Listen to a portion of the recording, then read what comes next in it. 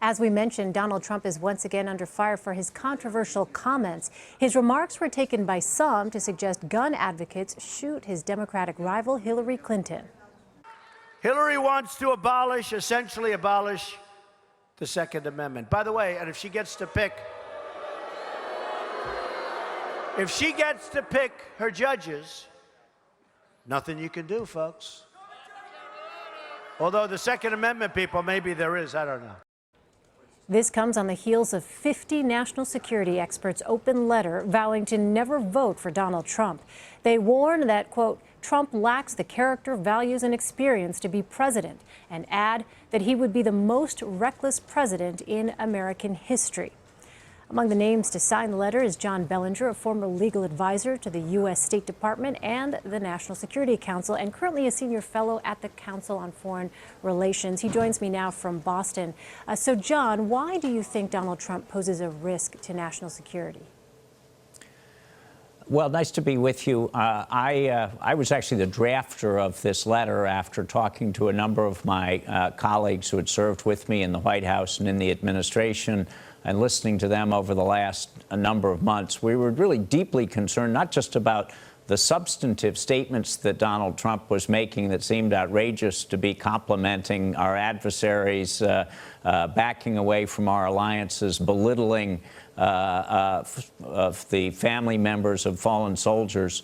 But we really are just concerned about his temperament, his character, his values, his lack, really, of understanding of the Constitution. These are senior people who have served in the White House, more than 30 former White House staff, 2 former secretaries of Homeland Security, a former CIA director, deputy secretaries of state and defense. These are people who have worked closely with presidents over many, many decades and feel that Mr. Trump simply does not have the qualities to be president.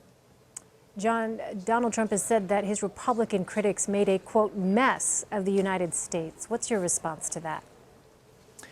Well, he needs to have done his homework, as usual. Many of the people who signed the letter actually did not serve in the Bush administration. Others who we accused of being responsible for Benghazi or the rise of ISIS had long left the government and didn't have anything to do with Benghazi or ISIS.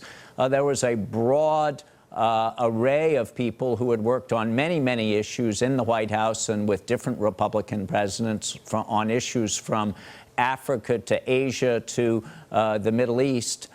These were long-standing, very senior national security experts who know what the qualities are that are required in a president. We have worked closely with presidents over many, many years, and unfortunately, we do not see the qualities of temperance, of calm, of being presidential, not acting with